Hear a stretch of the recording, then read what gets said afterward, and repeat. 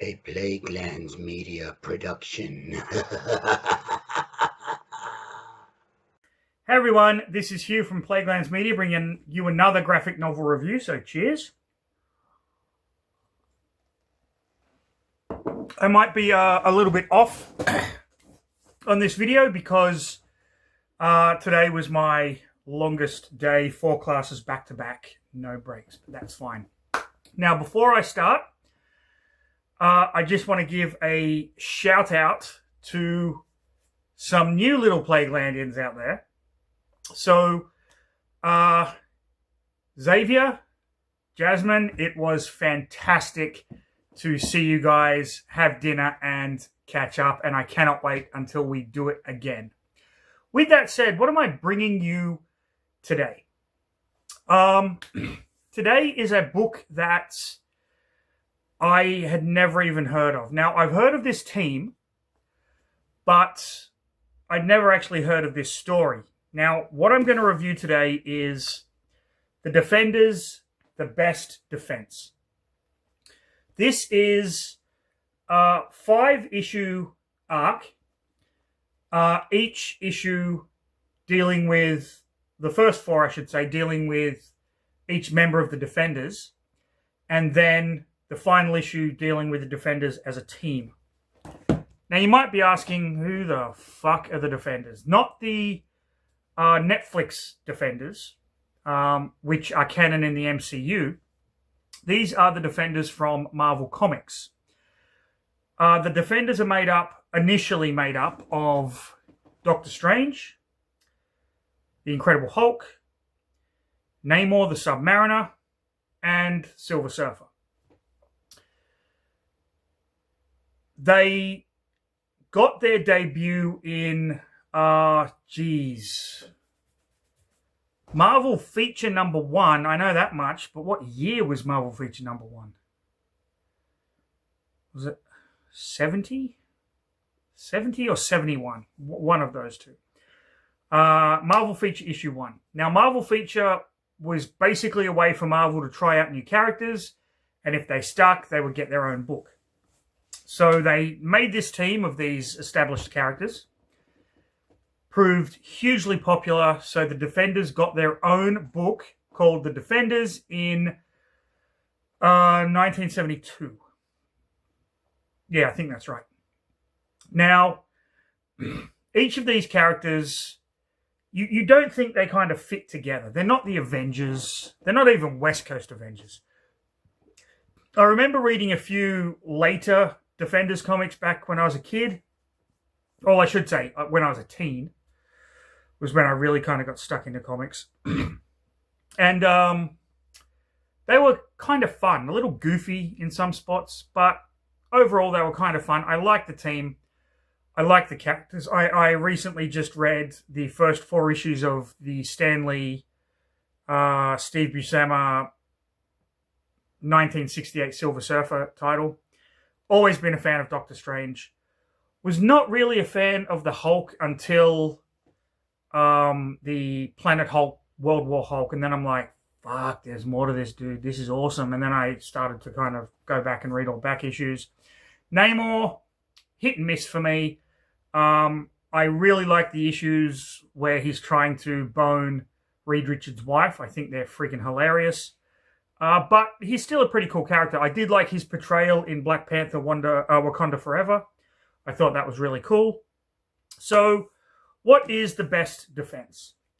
The Best Defense is a 5-issue miniseries that actually is canon within the Marvel 616 universe. And it is basically the Defenders trying to save the Earth. But it starts with a murder mystery, and it just kind of goes from there. I absolutely loved this. I thought it was really, really cool, really, really fun. And each of the writers for each of the issues, I think, did a fantastic job capturing the essence. L. Ewing wrote Immortal Hulk. Chip Zdarsky wrote Namor. Jerry Duggan wrote Doctor Strange. James Lautar wrote Silver Surfer. and Al Ewing came back to write the Defenders issue. Now, I said Incredible Hulk, okay, because that's how I always knew him. But this is actually around the time of the Immortal Hulk run, which is basically body horror. That is, oh, jeez. That is this beast right here. This is the full run of Immortal Hulk in omnibus form. That is all the issues that are in it. And I've read a couple of these issues. Cannot wait to sit down, read the whole thing, and bring it to you little Plaguelandians. But with that said, I do have a lot to get through, and I am working quite a bit this semester, which is, perfectly fine. I enjoy what I do, so it doesn't really bother me. So today I'm going to review The Defenders, a spoiler-filled review going through the story in each of the 5 issues. If you don't want it spoiled, just know that this is one of the funnest, darkest, and really just best miniseries that I've read in a long, long time. And you should see the stuff sitting here that I have to read and review. This came out in 2018, by the way. So, yeah, I love the picture on the back. I think that art is just awesome. So, without further ado, see, I made a little joke there because I'm tired and drinking. Let's get right into the next episode of Read a fucking book. Read a fucking book. Read a fucking book. People. Okay, this is the best defense, the Defenders. We have Immortal Hulk, Silver Surfer, Dr. Stephen Strange, and Namor the Submariner. Let's get into the first issue. Is Immortal Hulk. Fantastic cover there. We get a little bit about what is happening in the characters' lives.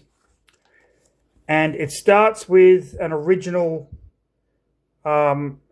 Stanley Jack Kirby Hulk panel. We find Bruce Banner walking through New Mexico. Now, in the Immortal Hulk, the dynamics have changed. Bruce Banner is Bruce Banner during the day, but at night is when he becomes the Hulk. However, the Hulk gives him kind of ideas and instincts, because the Hulk's always kind of in his brain. We have another brilliant old panel there. And he comes to this barn. He says it's like a homing beacon to get there. And when he opens it up, he finds a body. The body of Dr. Stephen Strange. The eye of Agamotto is missing. So he decides to head into town to call the police, to direct them to the body, see if they can work it out. But the whole town is completely deserted. No one's in the police station. No one is picking up the phone. But then he notices across the street,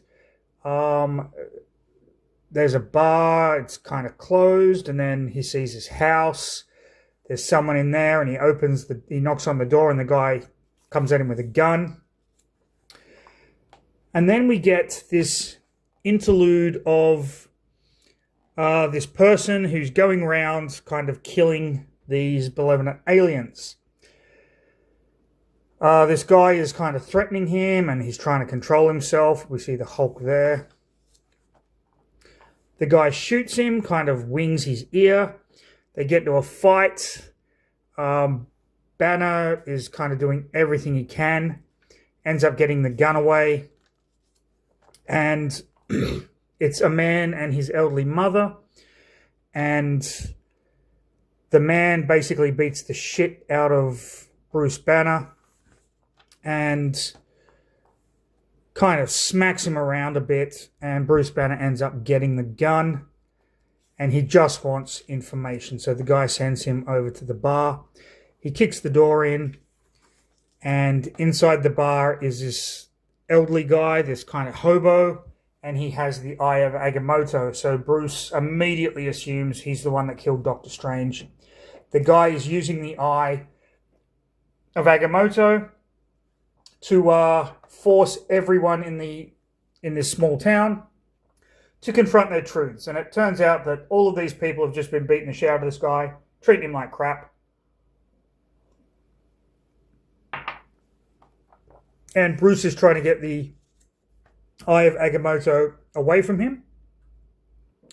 He admits to Bruce that he didn't kill Doctor Strange. He didn't even know who Doctor Strange was. He just found this body on fire.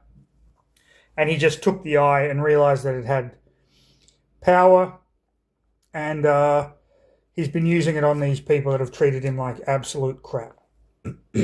Bruce is trying to get the eye back from this old guy. They fight for it. And Bruce is like, use the eye on me. Show me, like, the truth in me. And the guy's like, no, I don't want to do it. And Bruce is like, no, you're going to fucking do it. So he forces the guy to use the eye on him, and that's when he turns into the Immortal Hulk. Look at that splash page. That is phenomenal art right there. That is one of the best Hulks I've seen in a long, long time. Hulk ends up getting the eye of Agamotto. He wants to use it on the guy. The guy's like, no, I'm cool. And then as he's leaving, he's visited by the ghost of Dr. Stephen Strange, this astral form, I should say. And you can see that he's only got one eye. He's had one eye ripped out. And that is the end of the Immortal Hulk issue. We move into Namor the Submariner. Again, we get some of that little flavor text there. And this council in Atlantis, if you don't know who Namor is, he's half human, half Atlantean, and he's the king of Atlantis. In the past, he's been a hero back in the 40s. He's been an enemy. He's tried to conquer Earth for a long time. He's been friends and enemies of the Fantastic Four mainly, and he's infatuated with Susan Storm. The council are basically saying that Namor has been neglecting his duties. He's too busy focused on the surface world. He's half human. We've heard this crap like all the time. And Namor is like, I'm going to get the Vuldani. They used to be Atlanteans and they left, and we need their help if we're going to survive whatever is coming. And they're like, yeah, what? No. And he's like, yeah, what? Yeah. And so he gets in this stupid-ass looking submersible submarine thing, and he goes all the way to where the Vuldani are, but there's this thing that's kind of draining him, and we get him having this flashback of him during the war, because in the 40s he fought during World War II, and he ultimately manages to get through, and he comes to this other underwater area, and then we get another interlude where this masked person is killing aliens.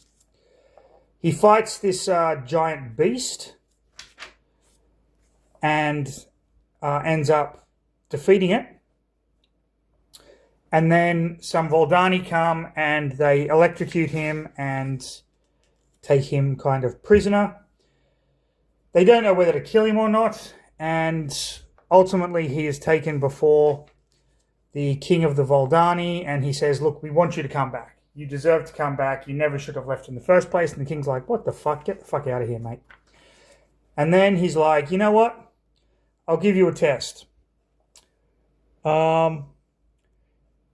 He's got to go and kill this sea creature, which he does. But ultimately the victory is taken away from him. And the test is null and void. He screams out Imperious Rex here, which is kind of cool. And the king is like, yeah, nah, it's not going to happen. And Namor goes off on them. He and the king end up getting into this fight. And they are rocketed into this other void, this space void, where the king is ultimately killed. And the Vuldani are pissed off that he killed their king. And Namor is now trapped in this void, only to be saved at the last minute by the Silver Surfer, who grants him part of the power cosmic, sheathing him in a silver skin so he can breathe in space. Or in the void, however you want to see it. And that is the end of the Namor issue. We then go to Doctor Strange. Doctor Strange being one of my all-time favorite characters in the Marvel Comics universe. I love the early Doctor Strange books. It got a bit weird when he died. I didn't quite understand the storyline where he died, and kind of now he's back. But the whole Master of the Mystic Arts, and if you ask me, Doctor Strange is one of the best characters to play in the Marvel Champions card game. Just throwing it out there if anyone wants to get into that. I love the first Doctor Strange movie, and I'm going to say, while I didn't love Doctor Strange in the Multiverse of Madness, it was a fun ride. I saw that at the cinema.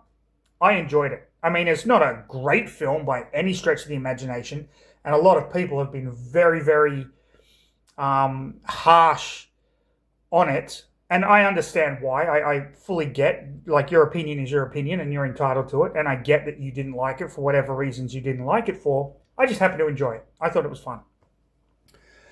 So we have Doctor Strange kind of walking through the desert, picking up rocks.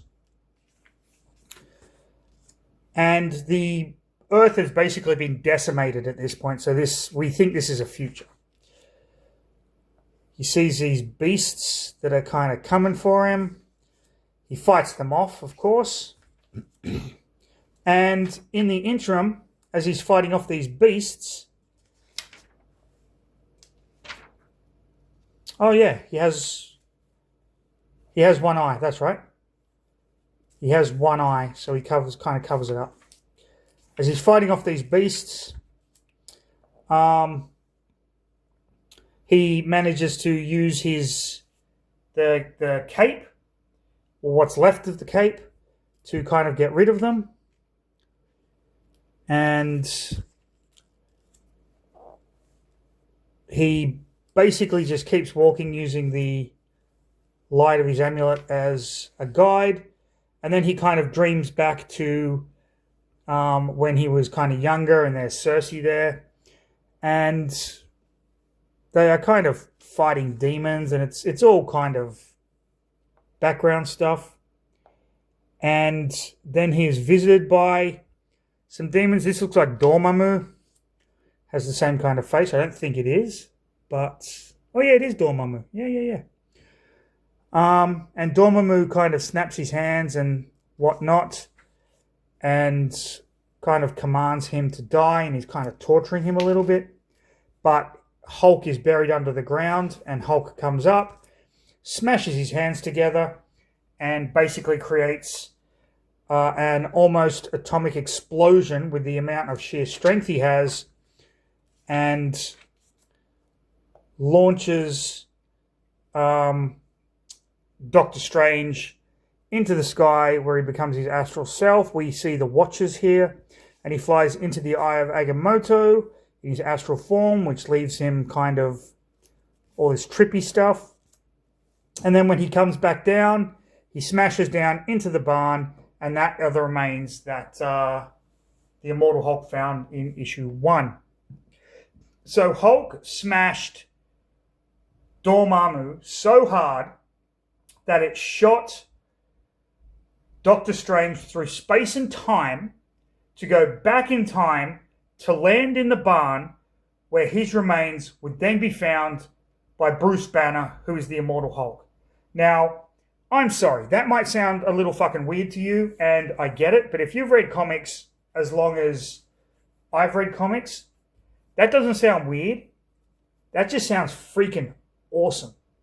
Like, just to be the person that sits in that room and is just going, you know what? Why don't we have Doctor Strange dig up a buried Hulk after being attacked by Dormammu, have Hulk smash Dormammu so hard it creates an atomic explosion of gamma radiation that sends Doctor Strange through space and time, where his body disintegrates, his astral form goes flying off somewhere, his body lands in a barn in the past, only to be found by Bruce Banner. I'm sorry. Fucking awesome. Okay? I've calmed down. I'm a little tired, a little drunk. Just bear with me. And of course, dedicated to Steve Ditko, which I thought was just brilliant. Steve Ditko is just an amazing pioneer of Marvel Comics. With that said, reading this book, reading a lot of the stuff that I've been reading and reviewing lately, it has made me really go back and appreciate the history of comic books. So I just want to shout out, if you ever get a chance and you're ever interested and you just want something fantastic to listen to while you're doing the dishes or whatever, please go and check out a YouTube channel called Comic Tropes. Okay? Comic Tropes is a YouTube channel by this guy, Chris, and he does these meticulous histories of comic book artists, comic book characters, comic book writers, comic book series, and they are so entertaining, and yet you learn so much from them that I cannot shout out this guy enough. It's because of Chris from Comic Tropes that I've been going back and looking at early DC stuff, early Marvel stuff, and a few indie comics that I've picked up along the way. So I just want to give him a shout out here. He's probably never going to see this video, and that's perfectly fine, but go and check out his channel. I will leave a link in the description below. It is well worth your time and your effort if you just want to know and learn about comic books. There's a lot of great comic book history channels out there, but I think Comic Tropes is my favorite. Also going to leave a shout out to Mindhunter Comics if you ever want to get into comic collecting. I've been watching a lot of Mindhunter Comics, and again, I'll leave a link in the description below, but his review, he's a comic book seller, and his videos are just really entertaining on the scale of, I want to be a comic book collector. Where do I start? What do I do? Okay, let's get back into it. We now go to Silver Surfer. You can see Galactus here.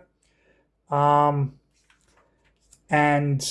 Silver Surfer, of course, is the Herald of Galactus, Norin Raad, from the planet Zenlar. You will learn all this when I do my review of Mighty Marvel Masterworks' Silver Surfer graphic novel. And we see here that Silver Surfer is on a planet, and there's like absolute shit going on. Galactus kind of wants to eat it, and there's this guy who's trying to get people off planet because this thing is coming called the Train, which we'll find out more about. But in short, the Train is a giant furnace that's hurtling through the universe, and it's basically fueled by like solar systems and shit. So any planet that the furnace comes into contact with is obliterated. Think Galactus as the World Eater. The furnace is, the Train is the solar system eater, or the galaxy eater even. So this alien prick has a ship, and all these people are trying to get off planet, and they're trying to bribe him, and he's like, yeah, no. Okay, where did I miss? What did I miss? I missed something. Something somewhere. Yeah, we have... Do you remember Yondu from Guardians of the Galaxy? Well, this is a young Yondu. And he's all pissed off. He wants to get on the ship, but they steal all his crap and they leave him to die. And Yondu manages to escape after these two female aliens try to steal his shoes. And he tries to get to the ship, but he's too late. And he's pissed off at his father. He fights his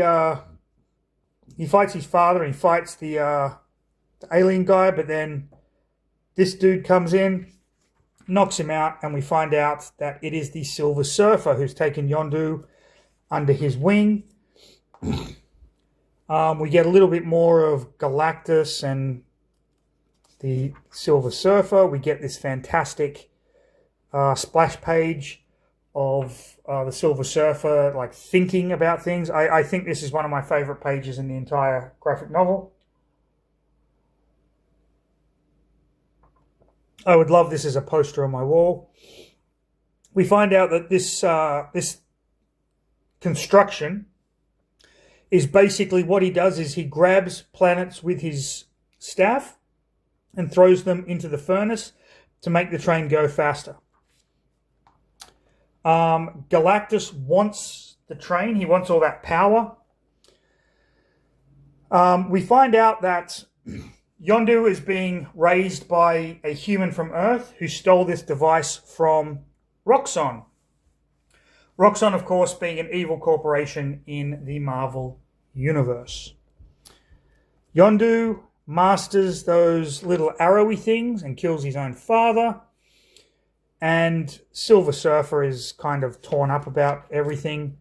Galactus comes to the planet, and Yondu is basically just watching it kind of be destroyed. We know that Yondu kind of gets away. That's perfectly fine. And then we have all of these kind of alien creatures trying to stop the furnace while this person is still going around killing aliens. And Silver Surfer calls for his surfboard to kind of escape, and his surfboard goes straight past him. And he's like, what? And then that is the end of the Silver Surfer issue. Probably the weakest of the issues. The Silver Surfer in like a Western cowboy garb was a little dumb, but you know what? If that's the weakest, we're doing good with this thing.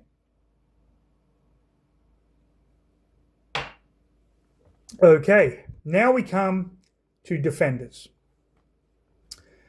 We have Namor looking like Wolverine, Immortal Hulk, Silver Surfer, and Doctor Strange.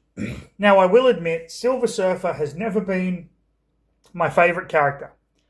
I loved Silver Surfer in the second Fantastic Four movie, Rise of the Silver Surfer.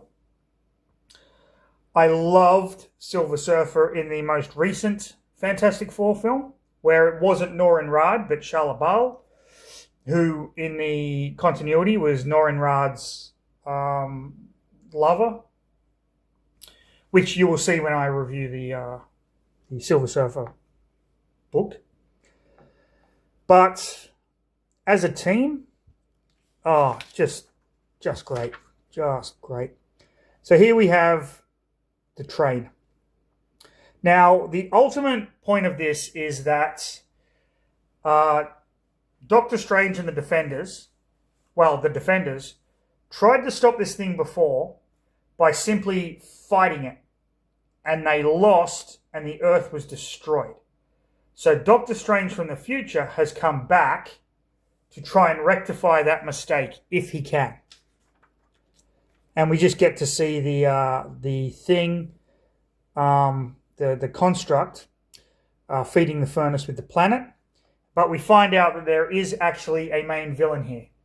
The train is under the control of Nebulon. Now, a lot of you are going, who the fuck is Nebulon? Nebulon was a Defenders villain that first appeared in Defenders issue 13.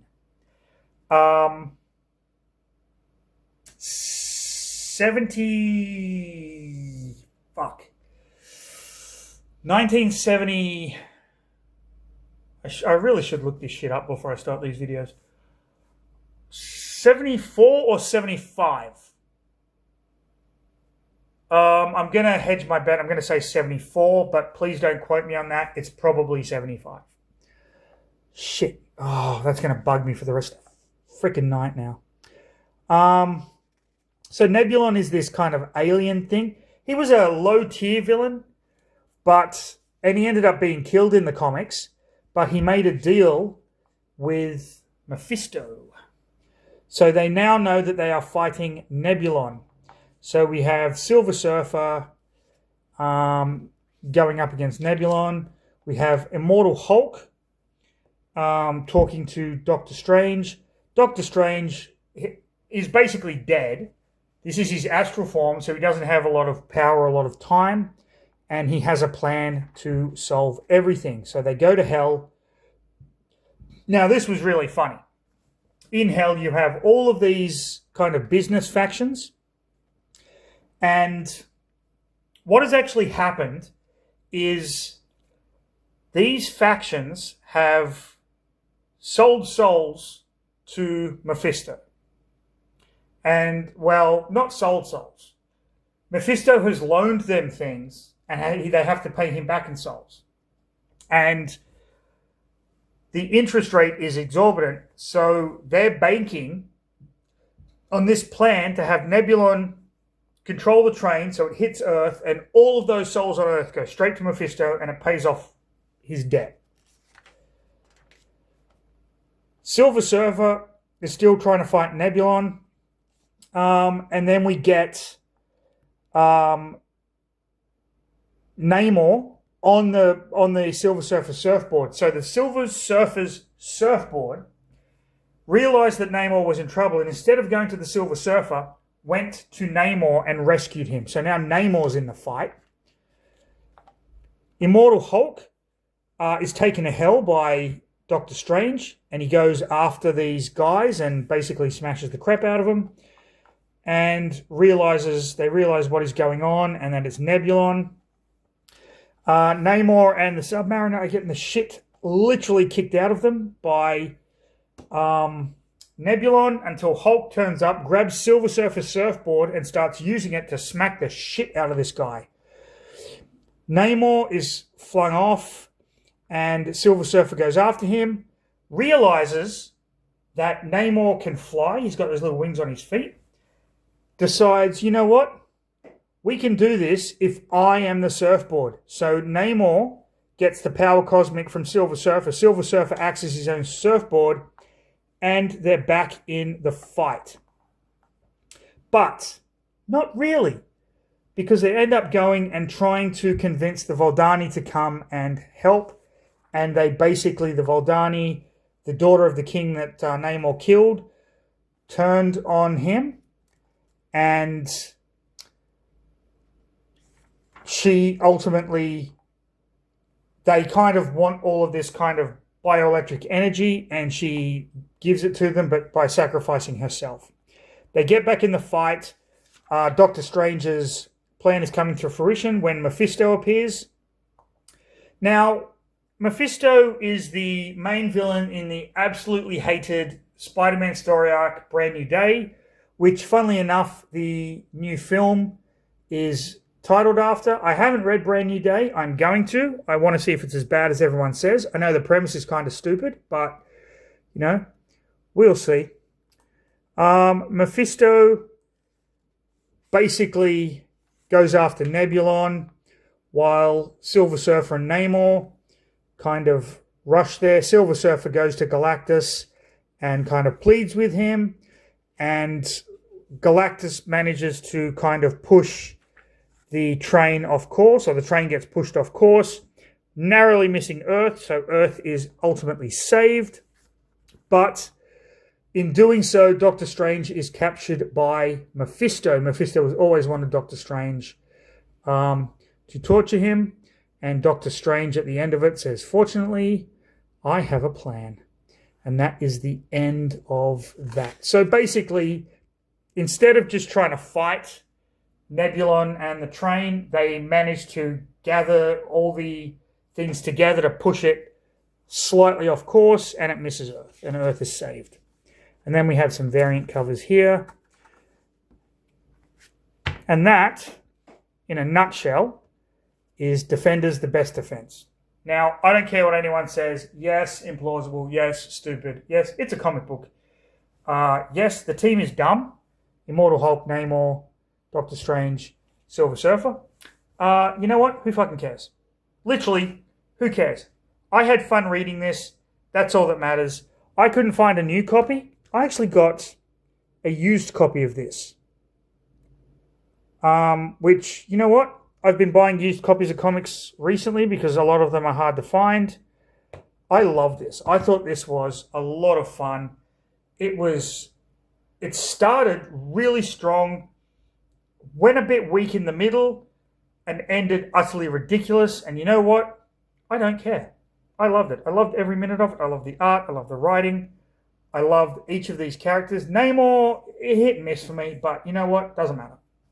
Does not matter. So, that is The Defenders, the best defense from 2018. If you enjoyed the video, like and subscribe. Of course, leave a comment. If there's any other graphic novels you want me to try and track down and read and review, provided I don't already have them in my collection of nerd shit in my office, just let me know in the comments and I'll see what I can do for all you little Plaguelandians out there. But until then, everybody, stay safe. Have a fantastic rest of your day. But most important of all, read a fucking book, people.